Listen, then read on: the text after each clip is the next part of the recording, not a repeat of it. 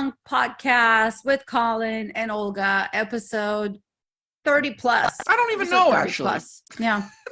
Anyway, we're wrapping up October, moving into November, and we got the inside scoop on When We Were Young, starring you. That's right. I went. I got back barely. I survived barely. And for people that don't know briefly, When We Were Young Festival is, what is it? It is a festival that was just announced earlier this year for the first time. There's a lot of skepticism. We talked about it a couple of months ago. People thought it was going to be the next Fire Festival because they planned a lot of bands. It's the most bands I usually see on a single day lineup. So people were not sure how it's going to be done. And then there's kind of some gossip going on that some of the bands on the bill said they weren't aware that they're playing it. So there was a lot of talk like, is it fake? Is it not fake? Is it happening? Is it not happening? And then it's sold out anyway. Yes. So that's the background. And it's a lot of bands that haven't played in a while and a lot of kind of Warped Tour era bands. So it's like an emo punk with a little bit of metalcore screamo. Yes. Though this year it seemed like everybody was describing it as emo festival. So, okay. But yeah, but I guess because even like the bands, not just the people that went to it, but the bands, everybody was just talking about emo. And I guess a lot of like the bands, even if they're the heavier bands, they still have kind of like emo lyrics and things like that. So it's the hot topic of 2004. Yeah, 2006. Oh, I see. Yeah, maybe. Yeah, probably like maybe 2006, 2008. All right. I don't know. Somewhere around there. Yeah. And you were there. You arrive first day in the morning. You're ready to go. Show's about to start. And then what happens? I got a text message from my friend that said it was canceled. And I thought she was joking. I thought, well, that's not funny. And then I read the screenshot and I just started screaming. And then I tell my other friend we were sharing a room and we flew there together and he thought I was joking.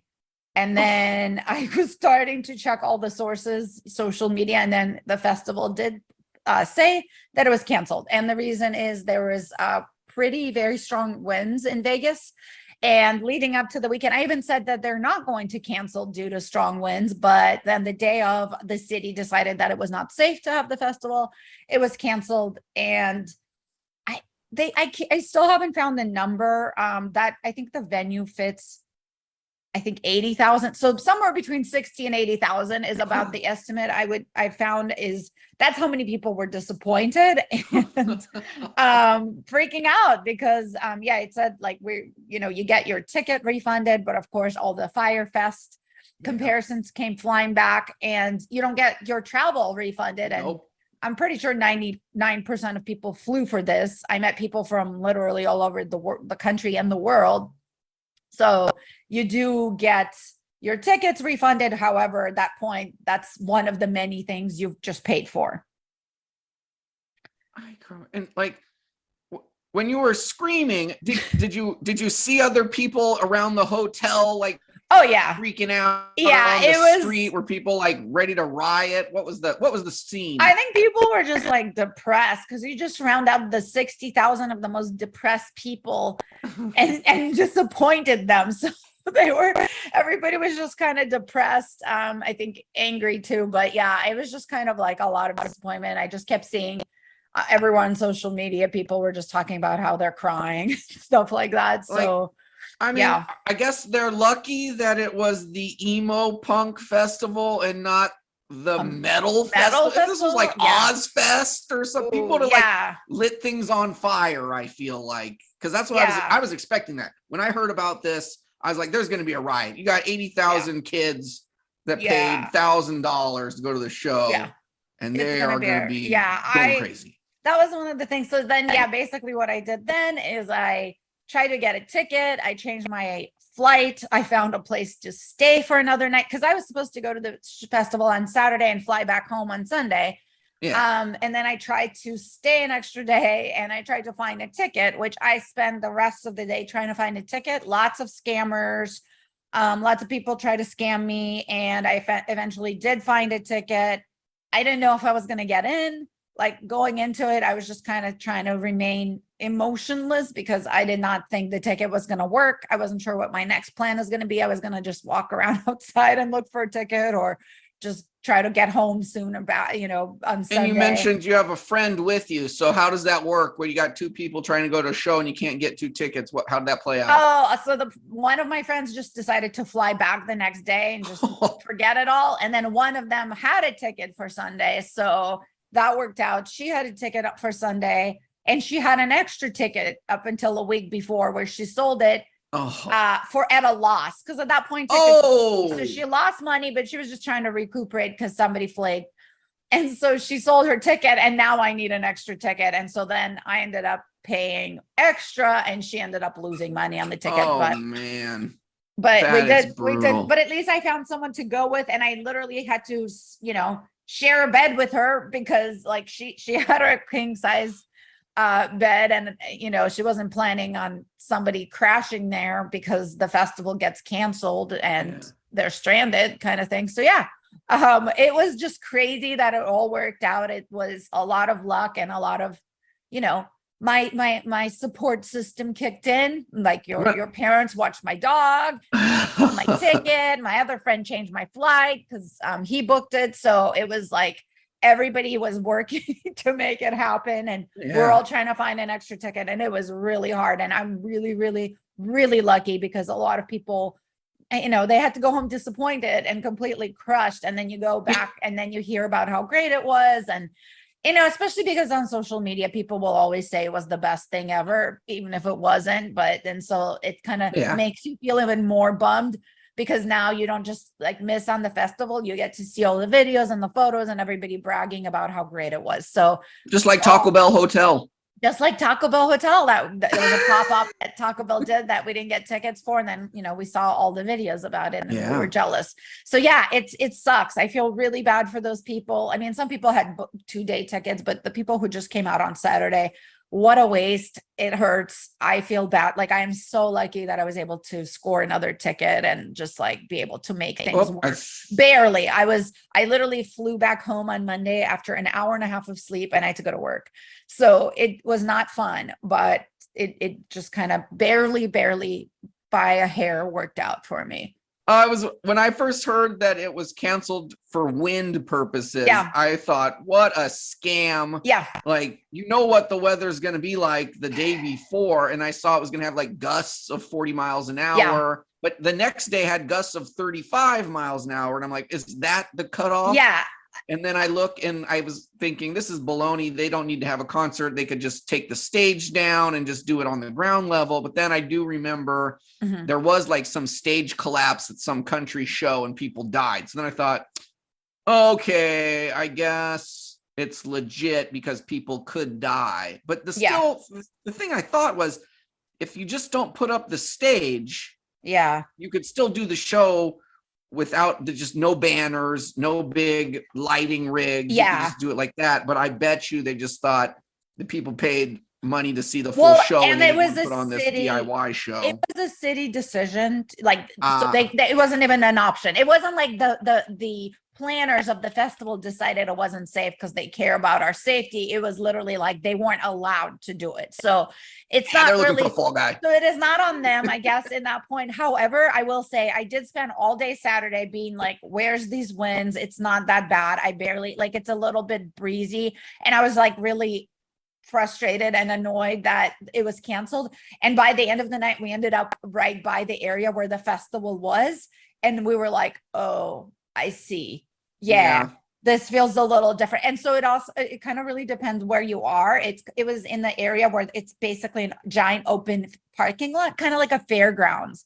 And so there's no buildings blocking it. And so it felt, we were on the strip earlier that day, and it was breezy. Like you definitely felt the wind, but it didn't feel like, oh, this is unsafe. But then by the end of the night, it was very aggressive because we were in that area. So it was like, okay, it makes sense. I understand why they did it because, I mean, honestly, they didn't even have a choice. It's like the city makes that decision, and, they did it probably based on, can this equipment hold up to these winds? And honestly, I could see it being problematic. However, to your point about doing it, in a parking lot or whatever, you would think that until you go in. It was so big. It is. And I've been going to shows for many years. I've been to a lot of shows. Now, I don't do a lot of festivals, but I've gone to a lot of concerts and some bigger concerts, arenas. This is the biggest thing I've ever been to in my entire life. It was so big that not only when you're in the crowd, you know how if you get far back enough, you don't see the band, but you see the screens. Oh yeah. At some points, you couldn't even see the screens. The screens were like tiny. But that's how big it was. So if they didn't put it on there's really no point. Like they couldn't make it work because it's not a Warped Tour. It was insane. Like I'll ask about day 2 for that in a second, but I wanted to go back to when they canceled the show. I was thinking, oh my God, everyone's gonna riot and this is gonna be a disaster. But then I saw there was bands that were trying to be cool and they were actually trying to put on DIY shows. They were trying to hook up big venues. There was like, you know, it seemed like a big push even from bigger bands to do something. And I thought, well, I got to shout out All American Rejects. Apparently they put on a huge show. They put on a show and Fail put on a huge show. Census Fail, huge show. Kitty did something. So, I mean, there were a lot of bands that have, you know, more than 1,000 draw that were going out there doing stuff. So what was your experience trying to figure out what to do next? We were trying to go, we you know, everybody saw that there was all these shows, there was spreadsheets. It was really cool to see how quickly people organize, and it could have been people even back home doing it who have their computers and were making, there was like a spreadsheet going around. The problem is now we're in Las Vegas and there's 60 to 100,000 people looking for something to do, because now you also have the Sunday people flying in. And now you literally have 100,000 people, upwards of 100,000 people looking for something to do. And these shows that they book last minute all were 300 to 350 people. So it was insane. And I was trying to go to a show. We were trying to, I think the first one was Hawthorne Heights. We're trying to go to that. And it was like, I looked online. We were at the Kitty meet and greet, which we did get into, because a meet and greet is actually like almost they don't have a huge following apparently.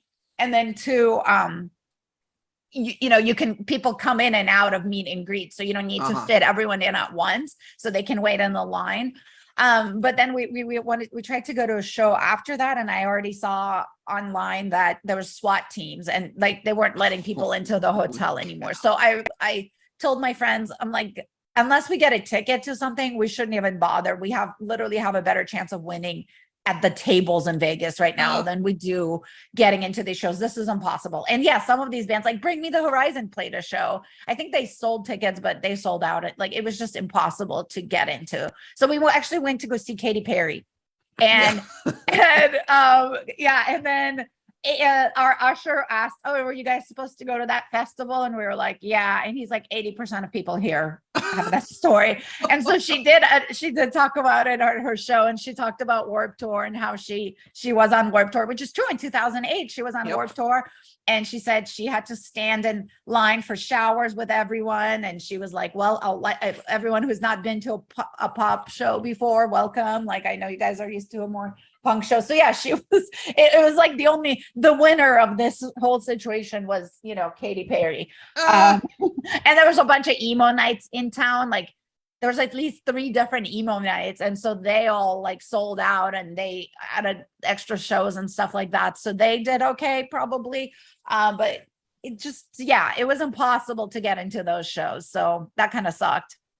But everyone is trying to get it. But it totally reminded me of kind of how when COVID first hit, and there was bands that you could tell there's bands that were doing something, and they were trying to do all these live streams and, you know, talking to their fans. And then there's bands that were quiet. And the same thing here, like Horror Pops were like, oh, we're doing the show. And like all these, even like bigger bands.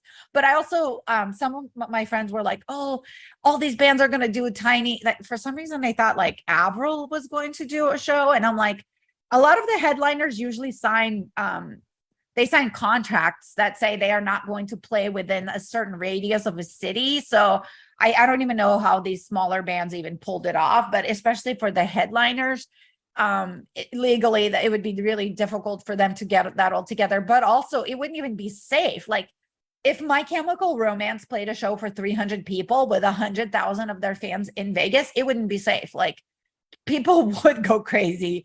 And there would end up a police situation. because yeah, it would just be insane. It's not safe, obviously. So it's understandable why some of them just didn't even attempt, because like Paramore and My Chemical Romance and all those, like some of those, the bigger bands, they can't play a show like that, especially like when people don't have tickets in advance and they're trying to get in and there's not time to pull a good security even together. So, and so on. So that makes sense. Yeah, I totally thought there's no way My Chemical Romance or Avril Lavigne or Paramore, they can't do that, just like you said. Yeah, and it's that's not why safe. I thought it was cool that at least the bands that could do something, it seemed like they did try. And I think that's part of the cool thing of, you know, the scene. And one of the cool reasons why we joined the scene is like back when we first got into it, you go to these tiny shows and it was so much fun. And then, you know, those tiny show bands, they just became humongous. Yeah. And a lot of them, they still remember that, I'm sure. And they did something about it, you know, just like back how it used to be, I guess, you know. So I just thought that was cool. They didn't have to do anything. You could sit on your butt and still also get paid, claim insurance, whatever. Yeah. And also here, I wanted to like, you know, of course I was really disappointed, annoyed, and angry on Saturday, but here's my problem with the, you know, the organizers of this festival. Obviously they can't control the weather. I'm not going to fault you for that. However, I was saying to my friends, I was like, you know, if this was Warped Tour, they would pull something together. They like Warped Tour was so DIY and it was so innovative. Like there's constantly people would get sick or bands could make it. Like they just kind of went with it. And like, it was just all a very communal thing. And they were really good at making it work. Even when I went to Warped Tour anniversary, whatever that they did a couple years ago, they did 3 Warped Tours. Like it was, what was it called? I think it was like Warped Tour reunion shows. And NOFX was late and they were headliner. So all the bands started taking turns covering NOFX songs, like without any advance notice. And it was so cool because that was exactly it. It was the spirit of, you know, DIY and punk community and spirit of punk of Warped Tour. And this was not, I mean, it was organized, but not with the people who, I don't know who was in charge, but eventually they started reposting the shows that those bands booked. But I was like, I don't know if they helped them. Like, I don't know what their involvement was, but it just seemed like those bands just kind of found their own shows. And I was disappointed in that like, they didn't even say, hey, there's a possibility this could get canceled for people that are traveling for really far away. Maybe it would have made a difference. And then 2 is like, they didn't really even try. Like I kept waiting. What are they going to do? What can they just put something together? Do anything? Can they, I mean, anything. Like another thing that I think they should do is there's the show still happening the following weekend. I think they should give people a live stream, people who missed it. Like you have to do something. This is it's not that expensive and difficult to put on a live stream. I know it's not cheap probably, but you've just disappointed a lot of people who, you know, were willing to pay a lot of money to go to this show. I feel like, you're not going to refund them for their tickets and their hotels, but at least give them a live stream, something. Like it sucks for people who flew. I met a guy from Australia. Like he flew in from Australia and he had a Sunday ticket, but he could have had a Saturday ticket. It would be crazy, like flying 20 hours just to make it to a festival and not getting in. So and getting more information from a kid that's out. I mean, you have to rely on information from someone that just got ripped off $1,000 and they're doing a better job of PR for other bands trying to put on shows and information about what's going on the next day and all this stuff. It's just like, what's going on here, man? Like, and they turn up their comments. They like had the posts and they turn up their comments on social media where you could now, you know, there's ones where you can turn off comments and it's like, they're all going to be negative, but guess what? Like people are mad, deal with it. That is what you do something about it. When you work in a job where you have customers, that's a big part of it. That's why these jobs suck. Like, you know, and we need to, like, it's just cowardly. I just was like, oh, of course they turn off comments on that one. Like, it's just, what are you doing? It's unprofessional to me. I don't know. So I was disappointed. I understand that like they'd had no choice to cancel the festival, but I think they could have done a better job. And then once I got in and I saw the festival, I was kind of like, this was not the best planned thing I've been to. They definitely did a good job of like having props and backdrops for like photos and stuff like that. They had like a little bit of art stuff, you know, because people go to festivals to take photos. Well, hold on. Okay. Day one ends. Yeah. And then, you know, you see something else. We deal with all the DIY shows. Next morning goes around. One last thing about the organizers. I'm sure the wind advisory was known in advance. They could have told people like a long time earlier, like a day before, 2 days before, whatever. But anyway, just that it's a possibility. Goes over. Yes. That, just so you can start making other plans in advance. Yeah. And the only thing they said is they're not canceling for the wins. Yeah. I think there was incorrect. So they're not really helping themselves with like the whole reputation of this is the emo Fire Fest. However, even though emos can be dramatic, myself included, like calling it Fire Festival is quite the exaggeration. Like Fire Festival attendees were stranded on an island without water and food. You're stranded in Vegas after wasting a lot of money and you have nothing to do. It's kind of, it sucks. It's really unfortunate, but it's not, you're going to live, you know, you're going to be depressed, but you're going to live. Day two comes. What happens? Yeah. So and what happens now? Is this a real show now? It is. I know. Out? What's the vibe? I mean, I was thinking it's a real show because I mean, it got canceled. But so it must have had existed, but also like all the bands were in town and were posting all the bands have been promoting it for months. So I didn't think it wasn't happening. I was just kind of like, what's going to happen? I was worried about the security precautions because I saw a lot of people posting about how they're going to storm the gates and stuff like that. And I was like, oh my gosh, this is going to be a nightmare. And so huge line. Apparently there wasn't really an organized line. So everybody was in line, but that wasn't even the real line. But yeah, I show up. Oh, while I'm waiting in line, I did see Is everyone there right then? Did everyone show up like ready to go? There's like an 80,000 person line. Yeah, I think I got in at like crap 11 or something, and it was insane. It was like we were in line for an hour. I did see Adam Carson, the drummer of AFI, walking around the crowd with a backpack, and people wondered. So I was like, well, I guess there's bands here. Okay, this is happening because I just saw one of the bands. So unless he just happens to be in Vegas and is, but yeah, AFI is probably here. So that was reaffirming because it was just like right when I got there, and I was like, okay, this is probably actually happening. Yeah, I kept waiting to see, are they going to say it's not canceled? But like, they didn't make an announcement. It's not, I was just like, okay. So yeah, long line. And then you have to wait through another line to check your, I think, bag, and then another line to check your ticket. So I was just like super nervous because I wasn't sure if my ticket was going to work, honestly. Because yeah, I've never like bought a reseller ticket. I don't think ever. I usually buy tickets for my shows like immediately. I'm really good about that. And if not, I usually don't pay the money, or I just, at that point, the prices are so ridiculous, I'm just not going to go or something. Yeah. So I wasn't sure if my ticket was going to work, and I was really nervous. And then it did. And I had like my emotional, like, I just like holding my breath for the last 12 hours with this ticket. And I didn't want to get excited, and I didn't want to feel like, I just didn't even want to feel anything. And I was just thinking, wow, like my ancestors survived World War II and I barely survived this. Like, what is it? Like that was literally my thought. Like, gosh, I am not as strong as, my, grandparents were.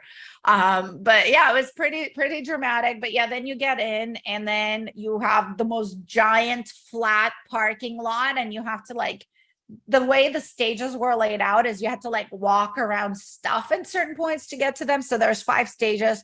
There was one stage where there's nobody I wanted to see, so I didn't make it there once. And then there was like a checkered stage, a striped stage, and the main stages were right next to each other, which was really cool because basically instead of doing a rotating stage where it like spins, they would just do stage, pink stage, black stage, pink stage, black stage, and alternate. And so as soon as the music stopped on black stage, it started a minute later on pink stage, and vice versa. And so that's what they did for headliners. So it was cool because there was a part of the day where we just wanted to watch the headliners, and then you didn't have to like walk around. But it was the biggest crowd I've ever been in my entire life. Wow. I walked over 10 miles that day. Oh, Yeah. So it was a lot, and it's just exhausting. And like the food lines are crazy. The merch lines were over an hour. Like I saw people posting that they spent 3 hours in that line, and I believe it. It was the longest merch line I've ever seen. ugh. The alcohol lines, I guess, weren't that bad, but yeah, the food lines were crazy. The bathrooms, I think they had lines depending if you went which bathroom you went to. I found one that didn't have lines, so that was really Oh. nice. So yeah, so everything you wanted to do was just kind of like a thing. So you have to, if you're trying to, there was a lot of like running between bands, between stages I wanted to do, but to do that, you had to basically start walking back like 20 minutes early. 10 to 20 minutes early, just to be in the back of the lawn so you can start running towards the other thing when you needed to go. Oh So, man, so you have to so you walk couldn't a really be up mile close. each time. Yeah, so you couldn't really be up close. You know, you had to pick if you wanted to be up close or you wanted to actually catch the next stage. I did say for at least a song or part of, like, I did see 21 bands. So Wow. that's probably why I had so much walking. So yeah, quite a lot of walking. And the main stages, I mean, by the end of the night, you were so far back from them, but they like kind of, they did kind of what they do for most concerts, where like at first they just do just the screens, and then by the end of the night they have like special effects and the screens going and better lighting and fire. Like it's just much more exciting. So which bands did you get to see up close? Which bands were good and which bands were a disappointment? Up close, pretty much almost none. I wouldn't call, I mean, even when I was up close, relatively speaking, it's not as close as I've been to them before. So yeah, practically none, because like I wanted to go between so many different stages that I couldn't really, spend that much time trying to work up to one towards the front of the stage. And then what were the best bands? Yeah. The best bands. Okay, so I do have an answer for that. So one of the first good band of the whole day I saw was Boys Like Girls. I wasn't like a huge fan going into it, but they blew me away within the first like 3 songs because I have a theory. When you are playing a festival, and this is not just me and my friend Carolyn, I have to give her credit, we came up with this theory together. This is what you do if you're playing a festival. You go to your Spotify and you see how much time do you get to play, 20 minutes, 30 minutes, and you play your top songs in reverse order. So say you get 5 songs, you play your number 5, then you play your number 4, then you play your number 3, then you play your number 2, then you play your number 1. Yeah. Of course, you can skip the songs where it's like, you can't play it live, or it's a cover, or, something like that. And, I'm a reasonable person. You're allowed to play one wild card song. You can play your new song. You can play a cover. You can play a deep cut, whatever. You can have a song. But after that, like, you have to play the hits. This is not your headlining show. These are not your big fans. These are people that are checking you out, and you have to play the hits. And Boys Like Girls, they played the hits. I didn't even know how many of their songs I knew. And it was just like, they started and it was hit after hit. And I was like, this is great. And then I went to see The Used. And again, like, they're not one of my favorite bands on this lineup, but I like them. Mm-hmm. But they played the hits. Their song selection was great. A band that I love, and my favorite band at this festival, guess who? Well, I would say AFI, but correct. Oh, yes. Okay. Yes, you guessed it. My favorite band at this festival, hands down, is AFI. They did not play the set list that I think they should have played, and they had sound issues. So it was the worst time I've seen AFI. Oh, dang. Yeah, it was probably the worst set I've ever seen them play in their, and I've seen them over 25 times. I don't even know. People might not know how many times you've seen them. But on the other hand, it's good that they sucked for this show instead of one of the other ones, I suppose, because there were 20 other bands to see. Yeah, they did play Total Immortal, which is good because it's like a, October show, blah, blah, but they just played kind of, and you could tell like the crowd was bored, and then they would play like one of their hits and the crowd picked up. And again, the crowd really varied where you were, because there's just so many people, and some of them don't even care about this band, or don't even listen to this band or aren't even familiar with this band. So, but I could just even like, I started looking around and people were just kind of bored. And then like they played Miss Murder and all of a sudden everybody was singing along, and then they play another song and people are quiet. So it was just, yeah, like you really have to, you know, you have to cater your set list to a bigger audience. This is not your fans. This is your casual listener people, right? So so yeah, the Used was really good. I thought Bring Me the Horizon was good. They're definitely a band that's comfortable playing at a venue at like this size of a show. It felt like they were comfortable on stage and things like that. I mean, My Chemical Romance and Paramore were good, I thought, but they're not like the bands I care about the most. Oh, and then I really liked A Day to Remember. They were really great live. I don't think I've ever seen them before. And I've been listening to them lately, so I really like them. I definitely want to see them again. And like you just saw before this festival, we both saw Thursday at a small club that holds like 400 people or something like that. How was that, seeing Thursday one day with 400 people and the next day 80,000 people? I didn't go because it was, they played at the same time somebody else was playing, and so, but I was like, I just saw them this week. Saw them. And I, you know, I'm sure that the show we saw them at was better as far as I'm concerned. So I wasn't going to be too upset about it. But yeah, I did miss them. I wanted to see them, but I was kind of glad that I had just seen them because they played against Paramore, and my friend, that's like the band she wanted to see the most. So okay. And I would have never found her again because we did separate one time. Oh, during Avril Lavigne, we separated, and I was kind of, when I started walking back towards where we were, I was like, I am never leaving her again. Like we cannot, I'll never find her again. It was, you know, you walk and walk and walk, and then you look back and you're like, I feel like I've walked a mile, and you're like, I'm not even out of the crowd yet. Like well, so I was thinking, you both walk a mile and you have to go a little bit like the other direction, and then you have to walk another mile to meet up again. So I was I couldn't take that risk. And I love Thursday, and I don't even care about, like, I didn't really care about seeing Paramore, but it's just like the logistics. And I was glad we went to see them because then I wasn't as bummed or stressed about it. I heard they did good, but I heard they had a small that they had a smaller crowd because like Paramore was like one of the headliners, so it sucked for them. It final also sucked thoughts on the day. Final thoughts.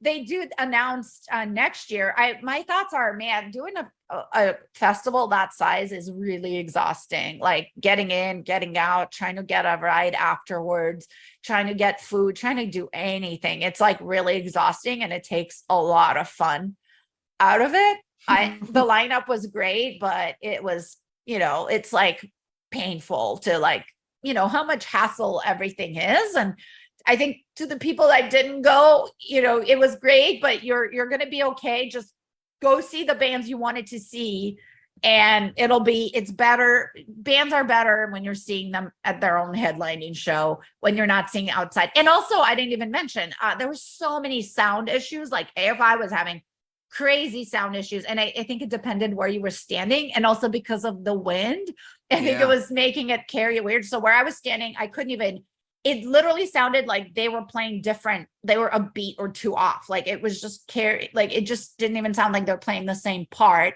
And I heard that like Dashboard Confessional had audio issues, like half the bands had audio issues. So if you didn't go, like, I know that everybody's posting how great it was online, but just remember that people on the internet are always talking about how great everything was. And, you know, they're not talking about how they, you know, spend 2 hours waiting for lunch or something like that. So like, just go see the bands that you really like, and you're going to be okay. Like it's fun, but it's not, you know, it's exhausting too. There's a lot of downsides to seeing that many good bands in a day. Like even the compromises you have to make. Sometimes there's 3 bands I wanted to see at the exact same time. And you know, it's not ideal. I think it needs to be a 2-day festival. And those are my thoughts. It needs to be a 2-day festival. It's too much for one day. And Warped Tour was too, but Warped Tour was so much smaller. You didn't have to, the logistics were so much simpler. Yeah. I don't remember waiting for food at work. Maybe we just didn't even eat, but Well, I don't no, it's remember. 20,000 people compared to 80,000. So it's Yeah. 1/4 the size. Yeah. And even then I thought, wow, Warped Tour is humongous, but It there were a is. lot of options. And, you know, sometimes we did eat, sometimes we didn't. Yeah. But it wasn't that big. But Yeah. 84, I can't even imagine a 4 times the size of Warped Tour. Yeah, I mean, we're on Exactly. a pier. We took up the entire, I think, 2 piers in San Francisco for Yeah. Warped Tour the last time I went in San Francisco. So they would have to do 8 piers or something. Yeah, it was just it's a lot. So yeah. And then they announced the lineup for next year, like right Yes. before this year happened, which was like another thing that made me feel a little bit weird about the organizers. I understand they're like trying to get money, but it's kind of like I wanted to see them pull off 2022 before they're selling 2023. And Yeah. like 2022, I mean, they've only had one of the two of the 3 scheduled dates this year. You know, only one has happened so far. Well, you know, hopefully the one next weekend also happens, but not, I don't know how, at best they're pulling it off as a C-.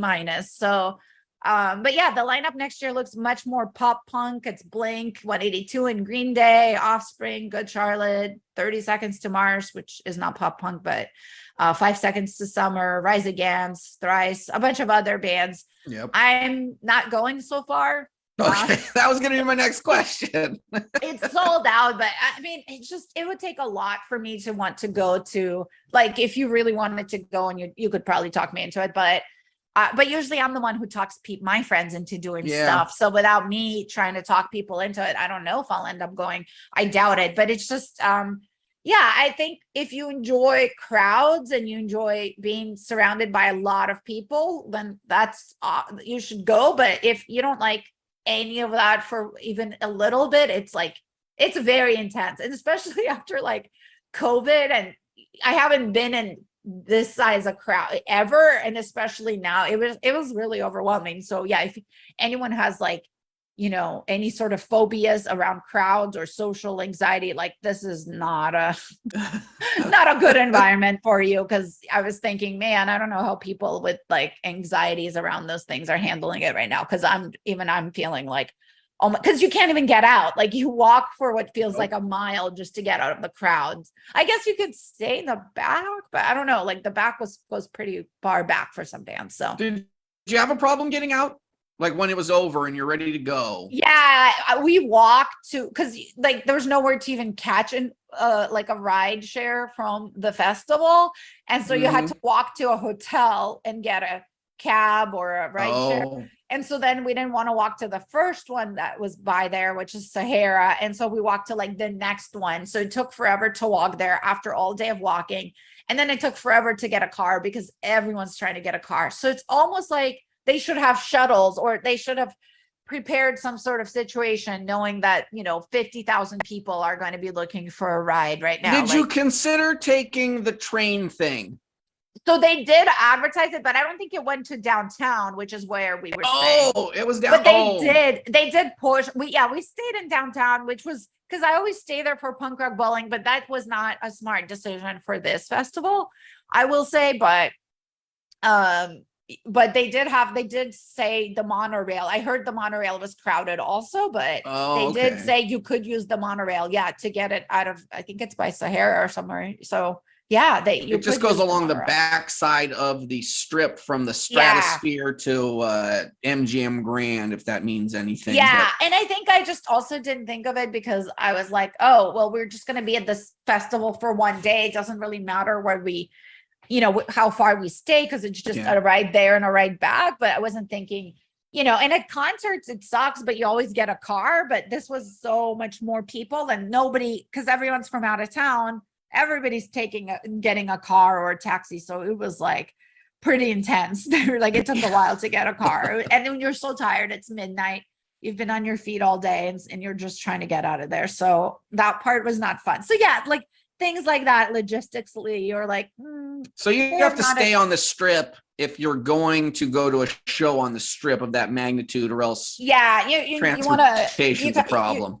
Yeah, because in Vegas, everything's so easy because there's just so many cars, and but yeah, it is, if you're going to be going there, I would recommend actually being a little more strategic than me when it comes to where you're staying. Because when the show ends, it's like, it's hard to get a car because everybody's looking for a car. And now it's like midnight and there's,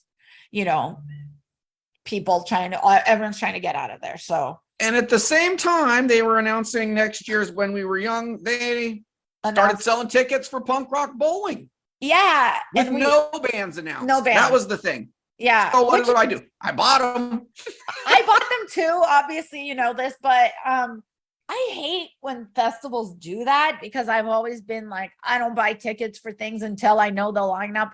But then Punk Rock Bowling started doing it, and I was like, fine, I will buy tickets but it's because their lineup is always good, and we always like, it's always fun. So I'm not too worried about it. But I did totally have regret when I was in Vegas for When We Were Young, because I was thinking, oh my God, I can't believe I bought tickets for another festival. I was not excited about that decision, but I think I will be excited once the lineup is announced and I live through the pain of this one. I'm still tired and I'm still sore from it, but I'll be excited about Punk Rock Bowling for next year. I'm excited about it. So more to come on that. Yeah, I'm excited. I'm excited to hear who. Usually they announce bands like around this time, like in November, and they start selling tickets. So hopefully they'll announce bands soon. So and the it's just a pre-sale.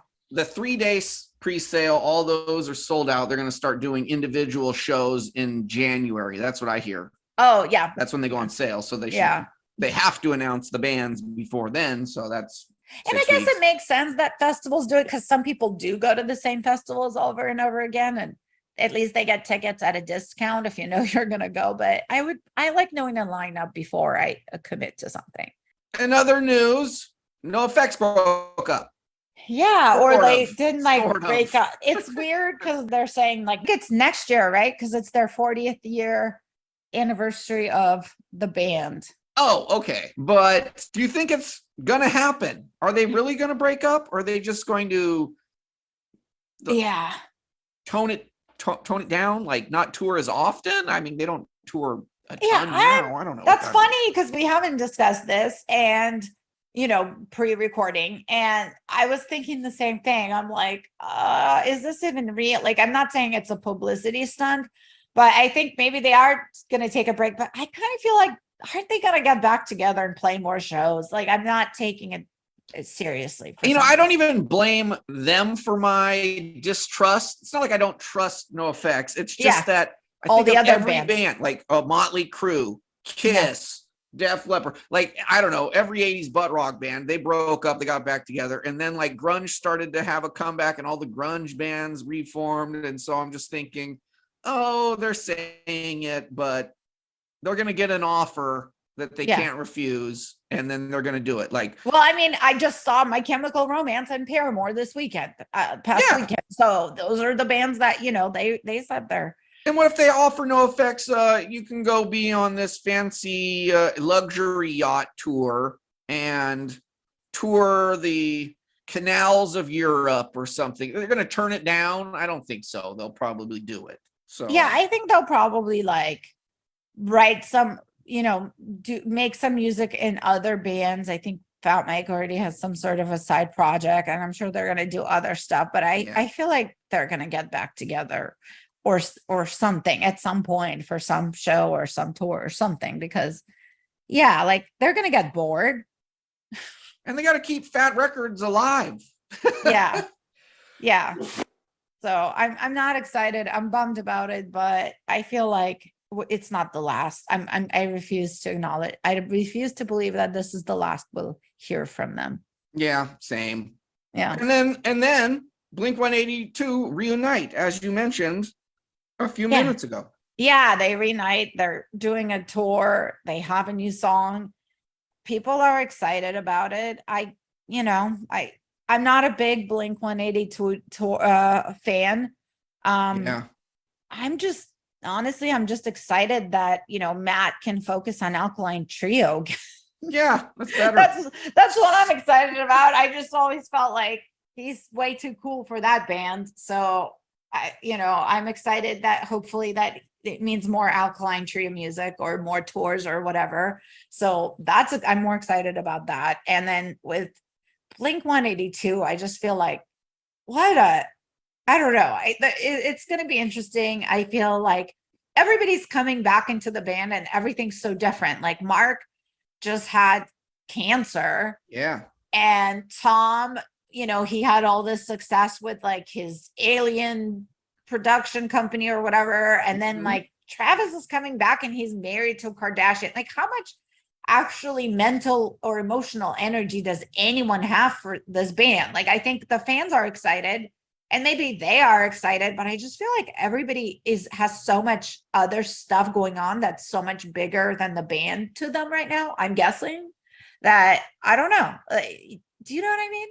Well, I was thinking, just like we were talking about, they got an offer that there's just too much money to leave on the table. Yeah. Like this is a guarantee, multi-million guarantee. And,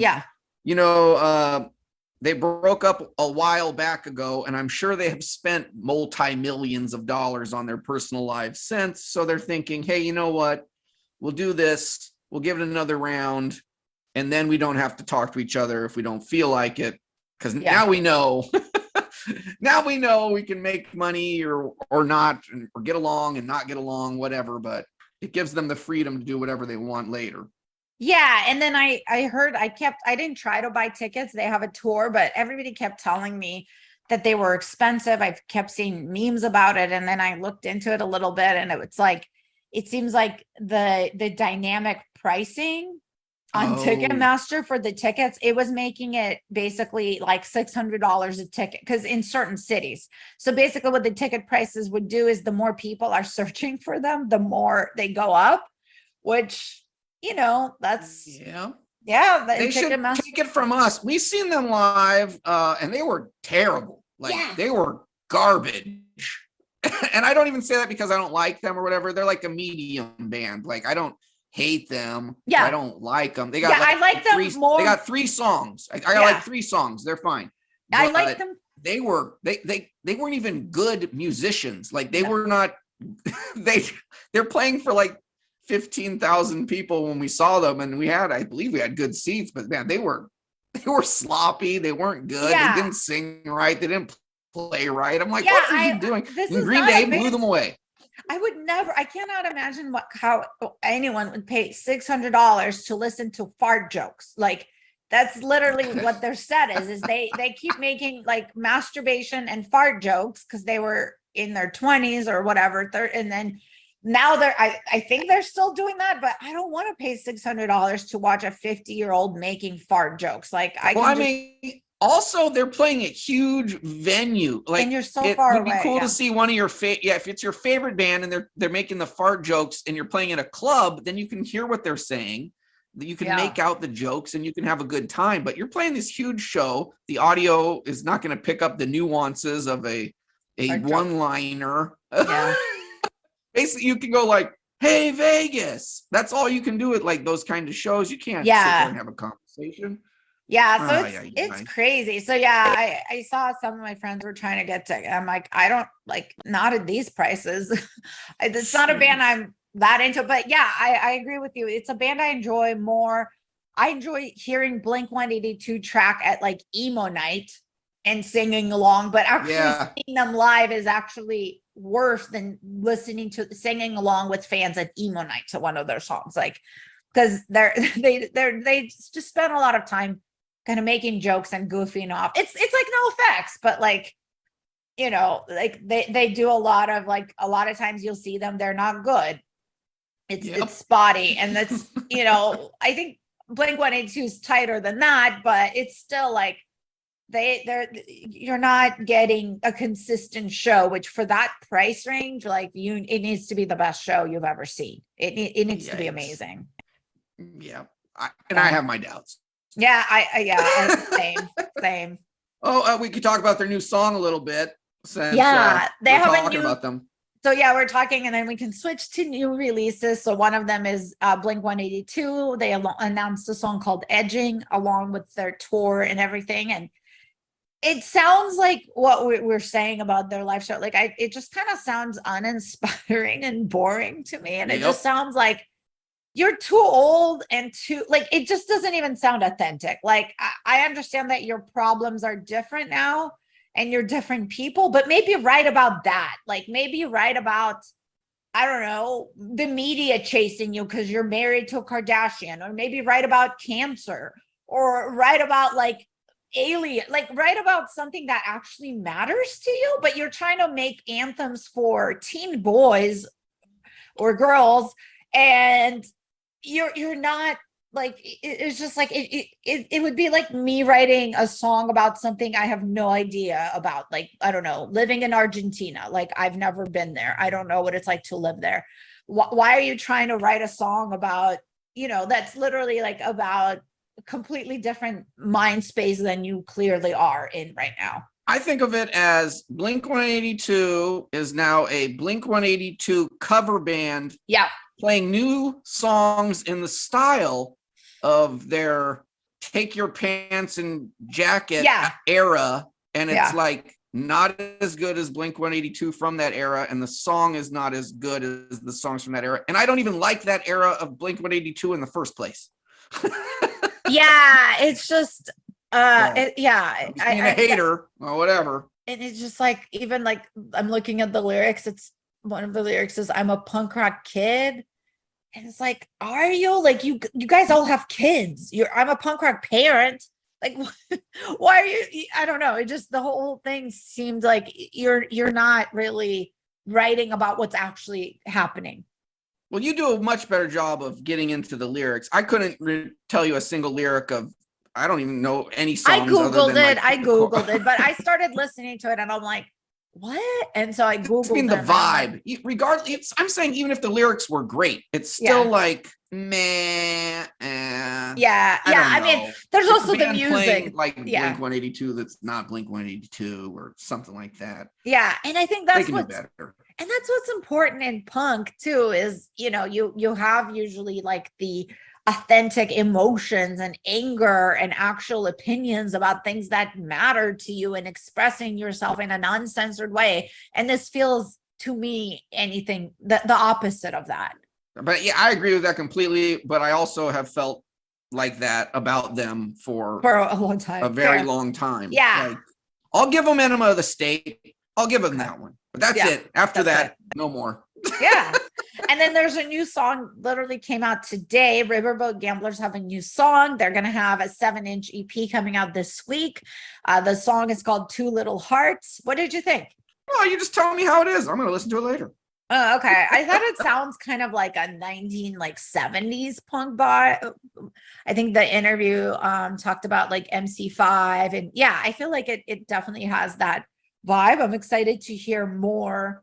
Was it production wise, was it like a hi-fi audio smasher, or was it like a lower fi garagey thing, or was it more garagey notable? Not like super garagey, but like medium, like more leaning towards garagey, I thought. But it's also, but I also only heard it was only up on YouTube, so that's not the best probably compression, so to be fair. Yes. Okay. I'm definitely going to have to check that out. But yeah, if you're right, if it's just playing on YouTube. That's probably not. I'm not going to get the full rocking out that I would like to. So we will have to revisit as more becomes available. I'm hoping more becomes available. No, it says EP. There's going to be an EP. And then on like news of the weird-ish for punk, the Dead Kennedys re-released Fresh Fruit for Rotting Vegetables remixed, which never happens, but it's remixed by Chris Lord Alge. And man, there's just so many thoughts about it. But let's say, like, first impression, if you were listening to the original and then you listen to the remix and you were just casually doing chores around the house or whatever, I don't even think you'd notice. It's not that different. But I did notice when you hear back to back, you do notice there's a slight improvement. Yeah, and that's the thing. So the improvement thing, it's very concerning to me. Because I mean, on the one hand, okay, it's improved, But that's weird. Isn't that weird? You remix an album and it doesn't sound quite the same. So I'm like, well, what did they do? I don't know what he did. Did he like take a sample? Did they redo something? I don't know. And then like the sound of the hi-hat is a lot different and it sounds more professional.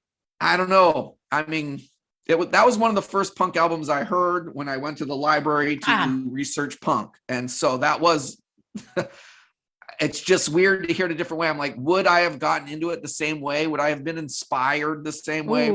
I don't think so. But then on the other hand, and you're right. If you don't care, it does just sound better if that's all you care about. Yeah.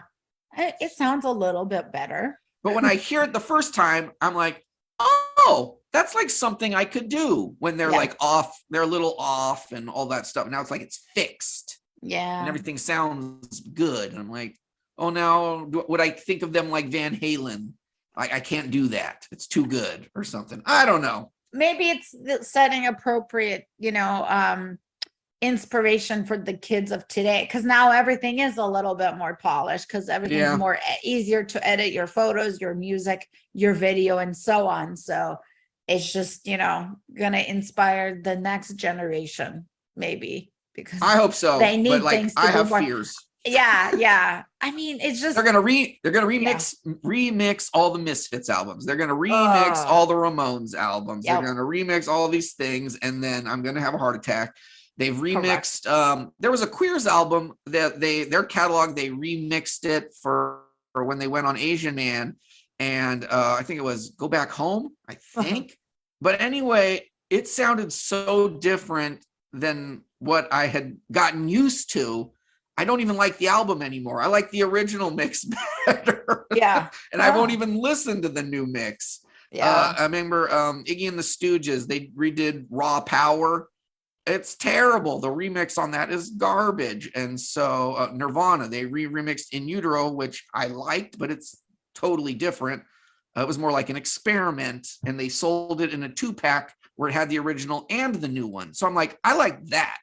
Like, give me the old one and the new one on one album, but no one buys an album anymore. So yeah. So my mind is just going crazy right now. Clearly, but it was good. It was good. I am, but it was good. I mean, I like survive. Okay. So enough on that, I suppose. Hawthorne Heights. Dandelion's new single. I guess they're touring. They were when we were young, so they're probably going to be, I'm guessing, releasing more music. I thought it was a pretty catchy song, kind of not too inconsistent with their previous stuff. Probably not. Well, I wouldn't say it's like as catchy as some of their other songs. However, I have only heard it like once compared to some of their other hits that I've heard many times. So I mean, comparing it to the Blink 182 track, I'll take the Hawthorne Heights track. Yes, any day. Correct. And I'm not even a Hawthorne Heights fan. No. I don't care about them one way or the other, but the song was all right. And that was one of the bands I saw when we were young. So I'm probably a bigger fan than you. But yeah, I thought the song cover Hawthorne Heights with new music or something. Anyway. Yeah. Yes. And then there's Anti-Flag, and it was weird because it says it's like a single, but there's like, I think there's like 4 new songs. Well, also it had, yes, it had, what was it? Kill Switch Engage member or something? What was the band? There's like 4 new songs because they're calling it a single, but it's 4 songs. So has the definition of single now, is single and EP the same thing now, or what's happening? Because it's a Spotify single / EP. But it's basically there's 4 songs and each song has a member of something. So like one of the songs has Tim from Rise Against, and one of them has Shane Todd of Silverstein. So it's just, I think the Imperialism is actually the song I liked even more than the one that I shared with you, which is the Modern Meta Medicine. Yeah. But yeah. I liked the song, but it was surprising to me, the style, because it was definitely modern, like completely modern.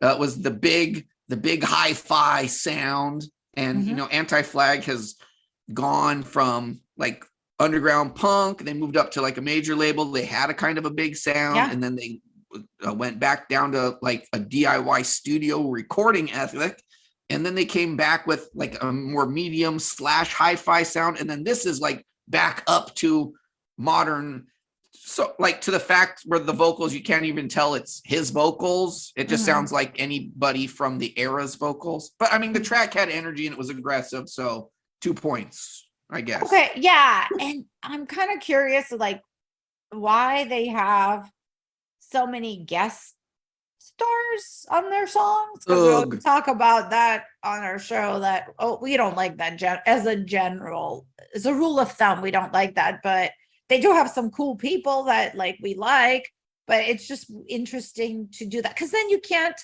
the problem with doing that is, how do you pull the song off live? Now it sounds completely different, and I'm a person who likes to listen, who likes to go see bands I like in person, and I want to hear the songs that I like, and I don't want them to, be much worse either. So, you know what I mean? Like it's interesting. So I don't know how I mean, I guess they can have one of them do the part, but it's just, I don't know. You're setting yourself up for tour complications when you're doing that.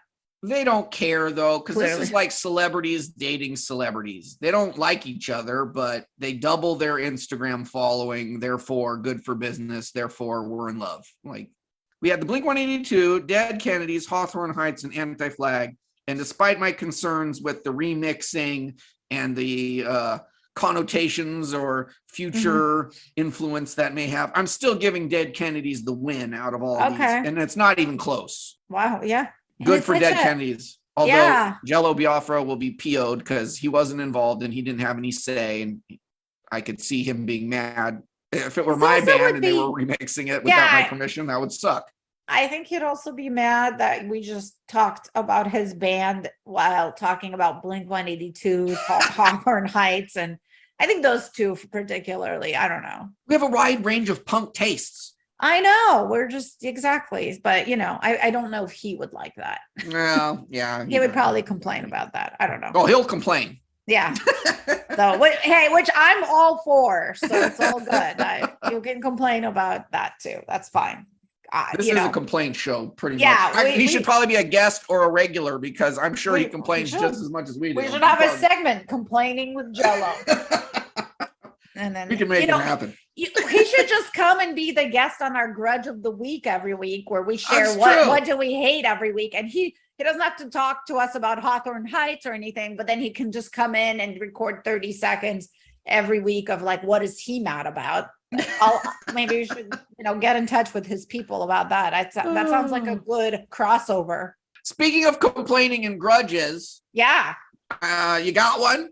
I do. So I was at the festival and, I'm just like following the situation with cancellations. And then there's the people who, they're like arguing with people on social media and, in real life too, I'm sure.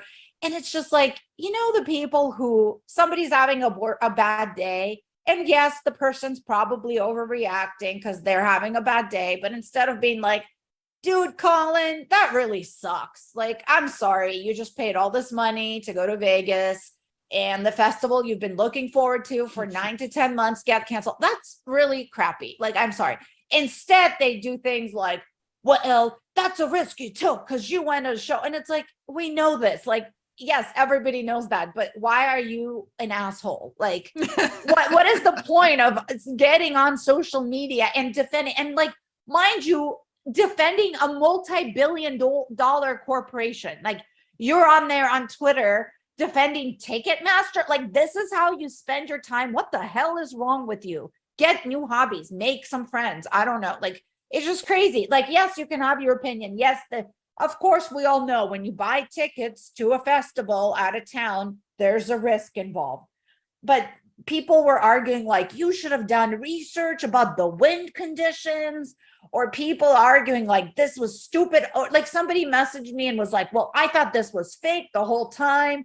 And it was like, cool, good for you. Like, what do you want me to say? Like, congratulations. Like, congratulations, you won at life. Like, I don't understand how that's helpful. Like, vast majority of people obviously were super sympathetic. Like, you were trying to send me information about shows, other friends were doing it, other people messaged me being like, that really sucks, I'm so sorry. Just like being human. And then there's the people who are like, ooh, this is my opportunity to show that I'm right. And it's like, no, there's a time for that. And when somebody's having like a really bad day, like the worst day of the year for them, possibly, maybe like that's not the time you talk about the chance of wind storms in Vegas in October. Maybe that's the time you go, oh my gosh, that sucks. I'm sorry. Who would have thought it? Or just, if you don't have nothing nice to say, just shut up. And just, you can even laugh about it. You and your friends can sit in your living room and just like laugh about the whole thing and say, oh my goodness, good thing we didn't fall for this crap. Ha ha ha.